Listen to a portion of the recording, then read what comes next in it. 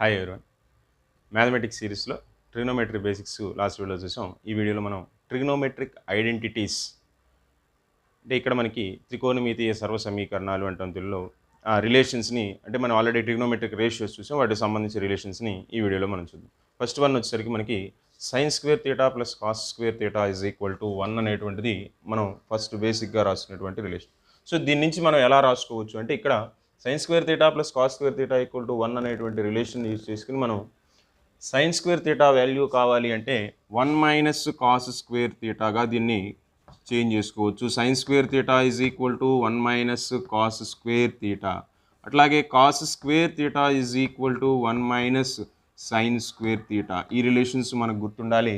వీటితో పాటు ఇక్కడ మనకి స్క్వేర్ లేకపోతే ఇటు సైడు రూట్ వస్తుంది. అంటే మనకి ఈ రిలేషన్ను గుర్తుపెట్టుకుంటే దాన్ని బేస్ చేసుకుని మనం రకరకాల ప్రాబ్లమ్స్లో మనం డిఫరెంట్గా మనం దీన్ని అప్లై చేసుకునేటువంటి ఛాన్స్ ఉంటుంది.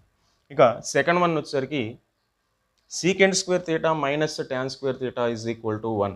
సో దీని నుంచి మనం రిలేషన్ ఎలా రాసుకోవచ్చు అంటే సీకెండ్ స్క్వేర్ తీటా వాల్యూ కావాలి అంటేనేమో 1 ప్లస్ ట్యాన్ స్క్వేర్ తీటా అవుతుంది. సో అదే రూట్లో కావాలంటే సీకెండ్ తీటా వాల్యూ కావాలంటే square root of 1 plus tan square అవుతుంది. అలాగే ఇక్కడ ట్యాన్ స్క్వేర్ తీటా వాల్యూ మనం రాసుకోవాలి అంటే ట్యాన్ స్క్వేర్కి ఇక్కడ నెగిటివ్ ఉంది కాబట్టి ఇది ఇటు వస్తుంది కాబట్టి సీకెండ్ స్క్వేర్ తీటా మైనస్ 1గా మనం దీన్ని రాసుకోవటం జరుగుతుంది. సో నెక్స్ట్ థర్డ్ వన్ వచ్చేసరికి cosecant square theta minus cot square theta is equal to 1 అంటున్నాం.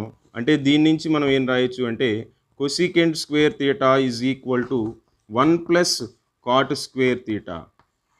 అలాగే కాట్ స్క్వేర్ తీటాని ఎలా రాసుకోవచ్చు అంటే కాట్ స్క్వేర్ తీటా ఇక్కడ మైనస్ ఉంది కాబట్టి ఇది ఇటు సైడ్కి వస్తుంది కాబట్టి అప్పుడు cosecant square theta minus 1 relation వస్తుంది.